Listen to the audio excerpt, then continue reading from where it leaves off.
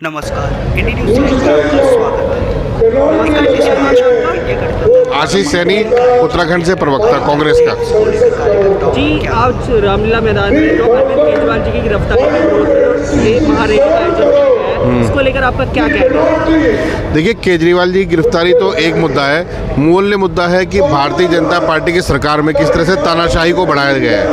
आप बड़े बड़े माफियाओं को बचाने के लिए उनकी झूठी गवाही पर जिस तरह से हेमंत सोरेन, केजरीवाल जी और अनेक नेताओं को गिरफ्तार कर रहे हैं, वो माफियाओं की झूठी गवाही पर है। लेकिन वो गठजोड़ जब खुल के सामने आया, चंदा इनका सुन कर आया, तो वही कंपनियां बीजेपी को चंदा देती हैं जिनके झूठी गवाहियों पर ये विपक्ष के नेताओं को जेल भेजते हैं। आज जनता इनसे दो मुद्दों पर जवाब मांग रही है। सबसे पहले जो जनता से जुड़े हुए मुद्दे हैं, महंगाई, भ्रष्टाचार, बेरोजगारी और संगठित लूट के खिलाफ। और दूसरा मुद्दा ये है कि Bharatiya Janata party chronic capitalism के साथ जैसे अपने उद्योगपतियों की सेवा में लगी है और 4 लाख 5 लाख करोड़ रुपए तो अकेले मोदी जी लूट चुके हैं। और जो ये चंदे का मामला सामने आया, अभी तो 12,000 करोड़ का ऊपर का हिस्सा दिखाई दिया है, पूरा आइसबर्ग नीचे है। और पीएम केयर फंड में कई लाख करोड़ की लूट हो चुकी है, उसे आरटीआई के दायरे से बाहर रखा गया। और लूटने के लिए मोदी जी ने खुलेआम इस देश में गुंडों की फौज छोड़ रखी है।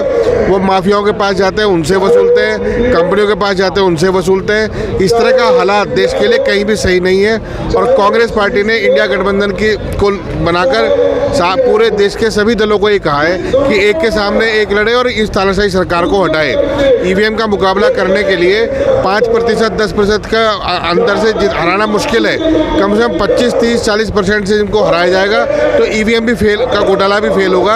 और जब हमारी सरकार आएगी तो ईवीएम हटाकर और निष्पक्ष चुनाव कराने का माहौल बनाया जाएगा। जैसे कि यहाँ पर इंडिया गठबंधन के कई सारे नेता यहाँ पर शामिल हुए। यहाँ पर राहुल गांधी जी ने बोला, मल्लिकार्जुन खड़गे बोल रहे, उसको लेकर आप क्या कहोगे? नहीं, देखिए, कांग्रेस ने हमेशा लोकतंत्र की लड़ाई लड़ी और कमजोर पक्ष की लड़ाई है। आज विपक्ष कमजोर है क्योंकि देश की सभी संवैधानिक संस्थाएं मोदी जी के इशारे पर विपक्ष के पीछे हाथ धोकर पड़ी है। तो जब वो कमजोर है, उनकी आइडियोलॉजी कमजोर पड़ रही है, तो कांग्रेस अपनी विचारधारा के अनुसार उनका साथ देगी और तानाशाहों का मुकाबला करेगी। क्या ये ईडी और सीबीआई द्वारा कांग्रेस को, विपक्षी पार्टियों को कमजोर करने का काम कराया जा रहा है? नहीं, आज ये सीबीआई हो, ईडी और आईटी हो या कोई भी विभाग हो, चुनाव आयोग भी हो, कोई सा भी विभाग होगा, आज वो केवल मोदी जी की सेवा में लगा हुआ है और बजट का बहुत बड़ा हिस्सा उनकी संगठित लूट का हिस्सा बनाया जा रहा है। हम इस संगठित लूट के और लोकतंत्र की लूट के सख्त खिलाफ हैं। आप कानून को ताक पर रखकर, नियमों को ताक पर रखकर झूठे मुकदमे दर्ज कर रहे हैं केवल लोगों को परेशान करने के लिए।